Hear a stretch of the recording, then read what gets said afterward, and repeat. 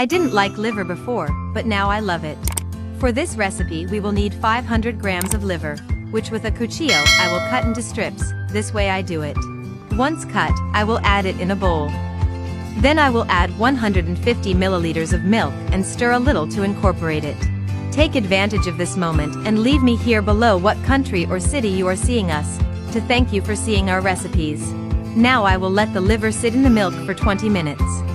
In a bowl I will add a teaspoon of salt, a teaspoon of oregano, a teaspoon of garlic powder, a teaspoon of paprika, 3 tablespoons white vinegar, 40 milliliters of place sauce, a pinch of black pepper, 3 crushed garlic cloves, and stir a little to incorporate all the ingredients. When this is so, I will add all the liver that I had resting and mix very well. If you've seen this recipe so far, it's a sign that you're enjoying this recipe, so write us below, tasty liver, to send you a greeting on the next recipe.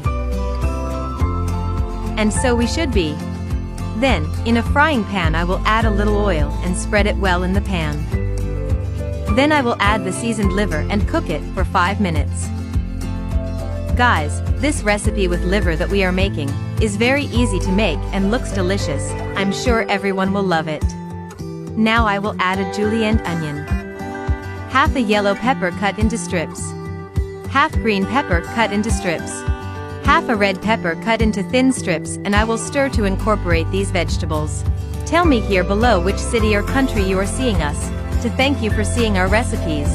The greeting in today's recipe is for Ruby Gallegos, who looks at us from United States, and Yolanda Leva, who looks at us from Philippines. Thanks to these 2 followers for always seeing our recipes. I will cover the pan and let cook for 10 minutes over medium heat.